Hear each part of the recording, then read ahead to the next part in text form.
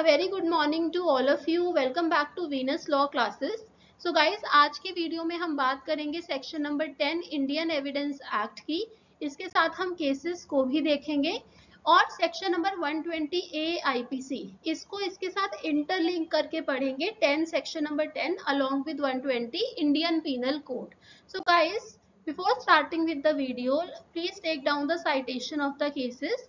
These two cases are very important. Mirza Akbar versus King Emperor, a judgment that was given by Privy Council in which the law was interpreted with respect to section number 10. अगर आपको pre में भी question आता है Mirza Akbar versus king emperor तो आपको लिखना है कि it is related to section number 10 Indian evidence act. Then state of Tamil Nadu versus Nalini. It is also called Rajiv Gandhi assassination case. Then Kehar Singh and others versus Delhi administration. It is Indira Gandhi assassination case. So guys, जब इन मतलब public जो ये इतनी बड़ी public personalities थे इनको जब assassinate किया गया, so it was proved that there was a larger conspiracy behind this. So that is how section number 120A it comes into the picture कि हम conspiracy के लिए section लगा रहे हैं. Now section number 120A IPC इसका अगर हम एसेंस देखें तो क्या है कि there should be an agreement between persons to do one or the other acts that is described in the section. So what are the acts which are prohibited by 120A of IPC, हमें वो देखना पड़ेगा. So it says when two or more persons agree to do or cause to be done, खुद से करें या कराएं, an illegal act और an act which is not illegal, तो यानी कि हमारा अल्टीमेट गोल तो लीगल है बट वो एक्ट इलीगल मीन्स से किया गया है, तो such an agreement is designated as criminal conspiracy. तो अगर आपसे पूछा जाए 120A का what is the gravamen of the offence of criminal conspiracy, that is the agreement. अब agreement क्या होता है? It is consensus and idem with respect to the goal that you try to achieve. तो यानी कि it means sharing of intentions, sharing of intention between two or more individuals. अब conspiracy के case में, because conspiracy एक ऐसी चीज है जिसको हम बहुत सीक्रेटली करते हैं, एक षड्यंत्र रचा जाता है. सो देयर में बी अ पॉसिबिलिटी कि हमें डायरेक्ट एविडेंस तो ना मिले, सो हमें इसे इन्फर करना पड़े through the conduct of the parties, through the circumstances of the case. So it may happen that we do not have the direct evidence, तो अब हमें इसको कुछ लिंक्स जोड़कर क्या करना पड़ेगा, प्रूव करना पड़ेगा. And that is where section number 10 of Indian evidence assumes importance. ये हेल्प करता है to prove the existence of conspiracy. कैसे? ये कुछ फैक्ट्स को रेलेवेंट बना देता है और जब हम सर्कमस्टांशियल बेस्ड एविडेंस ले रहे होते हैं विद रिस्पेक्ट टू कॉन्स्पिरेसी, उसमें एक चेन, ये भी एक पॉइंट टू दैट चेन, ये भी एक ऐड कर देता है. तो मैं ऐसा नहीं कह रही कि आपको कॉन्स्पिरेसी प्रूव करने के लिए सिर्फ सेक्शन नंबर 10 पे ही जाना पड़ेगा. नो. अगर सपोज करो कि किसी ने at the time of the same transaction कुछ बोला, can I apply section number 6? Answer is yes. अगर मोटिव होगा तो can I apply section number 8? Answer is yes. तो ये एक वे है to prove the conspiracy. Moving further, पहले आप इसको पढ़ लीजिएगा. डायरेक्ट, ये सिर्फ डायरेक्ट यहाँ पे कॉपी किया गया है. सो एक बार पढ़ते हैं इसको. When there is a reasonable ground to believe that two or more persons have conspired together to commit an offense or an actionable wrong. तो देखो ऐसा नहीं है कि यहाँ पे सिर्फ criminal conspiracy की बात करता है ये section. It is also with respect to conspiracy to do a civil wrong. तो दोनों हैं criminal as well as civil. Anything said, done or written, कुछ भी कहा गया, कोई भी conduct जो किया गया या कुछ written statements by any of such person in reference to their common intention after the intention was first entertained by any one of them, it is a relevant fact as against each of the person believed to be so conspiring, as well as for the purpose of proving the existence of conspiracy as for the purpose of showing that such person was party to it. अभी सिर्फ मैंने reading किया है. Now we'll be trying to bifurcate the section and we'll be trying to understand the significance of each and every phrase that is used in this section.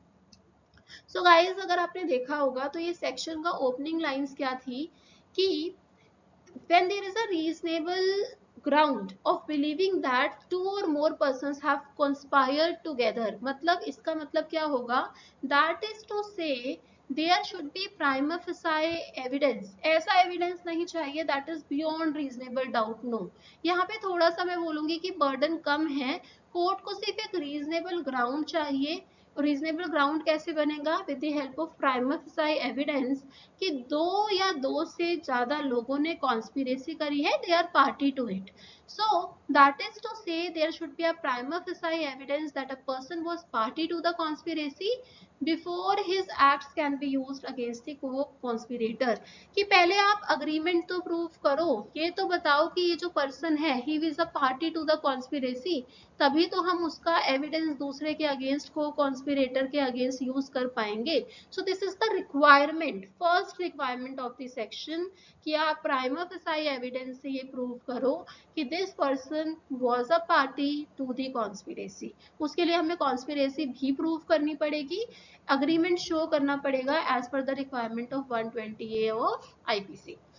फिर उसके बाद आप court को लगा कि यस रीजनेबल ग्राउंड एक्सिस्ट. अब क्या होगा, एनीथिंग सेड डन और written by any of the conspirator in reference to what, in reference to their common intention. So कब, after the intention was first entertained by any one of them, वो relevant हो जाएगा with respect to other, दो purposes के लिए. अभी मैं आपको पर्पसेस बताऊंगी.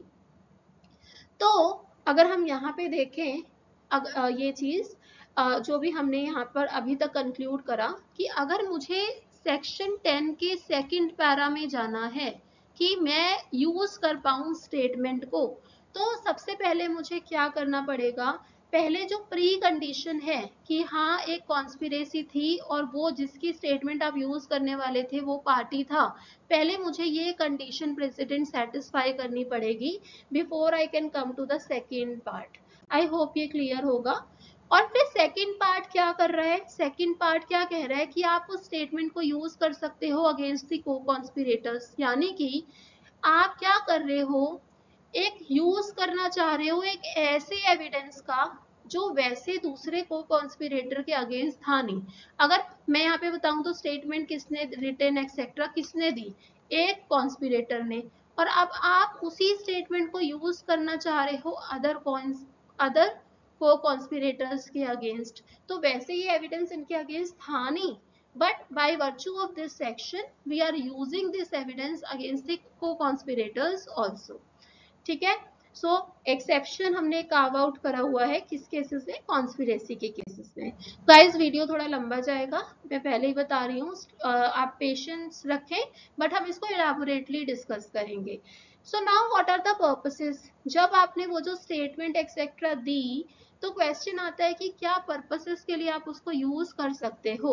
एक तो पर्पस है for proving the existence of conspiracy, कि आप वो स्टेटमेंट ये शो कर सकता है कि हाँ जी कॉन्स्पिरेसी थी. और दूसरा वो क्या शो कर सकता है कि जो दूसरा पर्सन है he was the co conspirator, he was a party to it, वो पार्टी थे कॉन्स्पिरेसी के. तो दो पर्पसेस हैं. Now what is the evidentiary value of the said act. ये जो एविडेंशियरी वैल्यू है वो लिमिटेड हो जाती है टू सर्कमस्टांसेस से. कैसे, कि एक तो ये बोला गया कि ये जो एक्ट्स हैं जो भी आपने किया बोला लिखा, it should be in reference to the common intention. और दूसरा कहा गया कि in respect of a period after such intention was first entertained by any one of them. मतलब कि conspiracy should be existing when you are making use of the statement, कि आपकी conspiracy exist करे जब उसने वो स्टेटमेंट दिया. अगर स्टेटमेंट पहले दिया है, suppose before the common intention was first entertained by any one of them, तो फिर हम उस स्टेटमेंट को यूज कर सकते हैं. Answer is no. सो यहाँ पे अब यहाँ पे देख लो, एक चीज बताया गया, इन्होंने कहा कि हमने इन फर्दरेंस ऑफ वर्ड यूज क्यों नहीं किया, इन रेफरेंस क्यों किया, क्योंकि इन्होंने कहा कि it will be evidence against the person before he entered the field of conspiracy. Suppose करो कि यहाँ पे ए था एंड बी थे, वो कॉन्स्पिरेसी में थे, और सी ने यहाँ पे कॉन्स्पिरेसी में एंटर किया, लेकिन जो बी ने स्टेटमेंट दिया था, सपोज वो इस जगह पर दिया था before C entered into the conspiracy, can this statement be used against C? Answer will be yes. फिर कह रहे हैं और आफ्टर ही लेफ्ट इट। अब सपोज करो कि इस पॉइंट पे सी ने लेफ्ट कर दी कॉन्स्पिरेसी, अगर मैं इसी को आगे बढ़ाऊं तो सपोज करो बी ने यहाँ पे स्टेटमेंट दिया after he has left the conspiracy, C ने छोड़ी है बी ने नहीं, क्योंकि जो कॉन्स्पिरेसी छोड़ के चला जाता है उसकी स्टेटमेंट का रेलेवेंस नहीं रहता। बट यहाँ पे हम किसकी बात कर रहे हैं, who has left the conspiracy? C. तो क्या मैं बी का स्टेटमेंट यूज कर सकती हूँ against C? Answer is yes, हो सकता है। सो बिकॉज हमने इसको काफी वाइडर स्कोप दिया है। नाउ अनदर इम्पॉर्टेंट लिमिटेशन क्या है कि यहाँ पे जो यूज करा है ना आपने वर्ड, वो आपने अगेंस्ट किया है।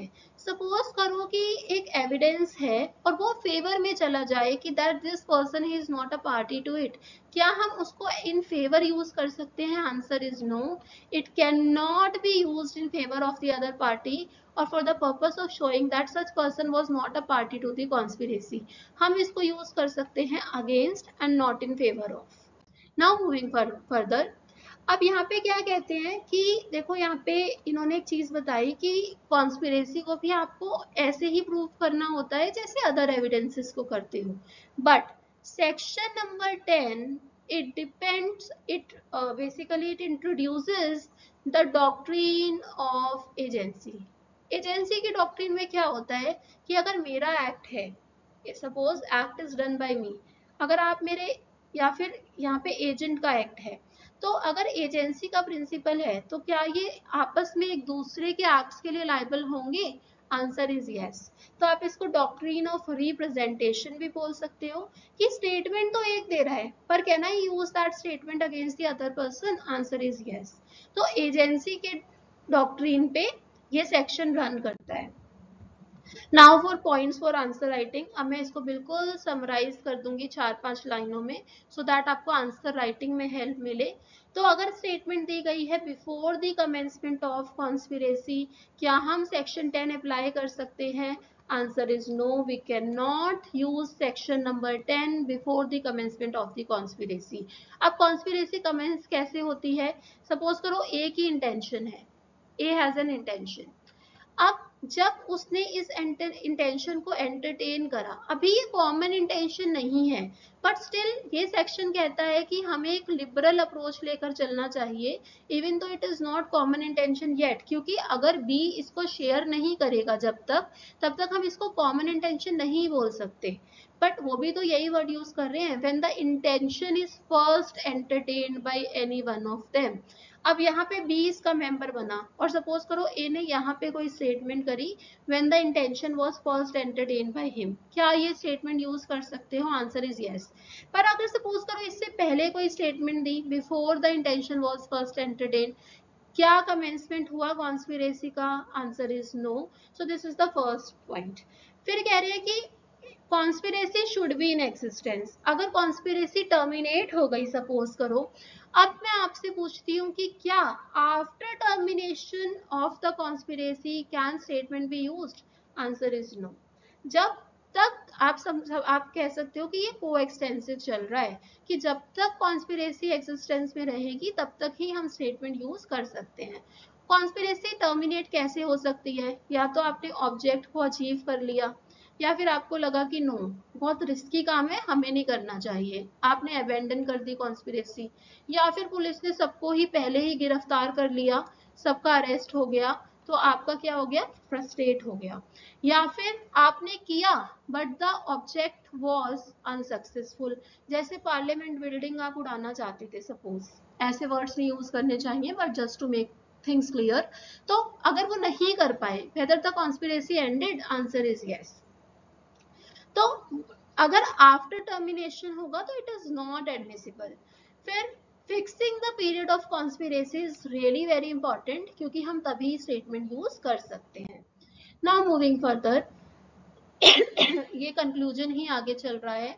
तो सबसे पहले आपको प्राइमा फेसाई एविडेंस दिखाना होगा, फिर हम इसको सिर्फ अगेंस्ट में यूज कर सकते हैं, फिर after the intention was first entertain तभी कर सकते हैं। और यहाँ पे अगर आपने कॉन्स्पिरेसी छोड़ भी दी है तब भी हम इसको यूज कर सकते हैं। और not in favour, always against हम इसको यूज कर सकते हैं। ये मैंने आपको बहुत छोटे में कर दिया है, बिकॉज पहले मैंने आपको कॉन्सेप्ट समझाया वो बड़ा पैरास है। ये मैंने आपको पॉइंट्स में लिख दिया है, सो दैट आंसर राइटिंग में आप एकदम क्लियर रहो। सो नाउ, अब एक चीज स्टेटमेंट मैंने आपको बताया कि व्हेन द कॉन्स्पिरेसी एंडेड, आपने कुछ दिया, तो वो कन्फेशन तो हो सकता है। अगर आपने कहा कि हाँ जी हमने किया है, सो वैसे तो स्टेटमेंट कैन बी कन्फेशन और it can be a mere statement admission also. But अगर सपोज करो कि कन्फेशनल स्टेटमेंट दे दी after the conspiracy came to an end, तो हो सकता है वो कन्फेशन हो और आप इस पे सेक्शन 30 लगा लो, बट नॉट सेक्शन 10, ये नहीं लगा सकते। So it was held that a post arrest statement made to a police officer, whether it is a confession or otherwise, touching the involvement in the conspiracy would not fall within the ambit of 10 Mirza Akbar versus King Emperor. So I hope guys आपको section number 10 clear हुआ होगा। When can be apply the provision, आपको ये clear हुआ होगा। So for more sections concept based questions, stay tuned with my channel. Please like, share, subscribe and also tell your friends to subscribe my channel. Thank you so much. Take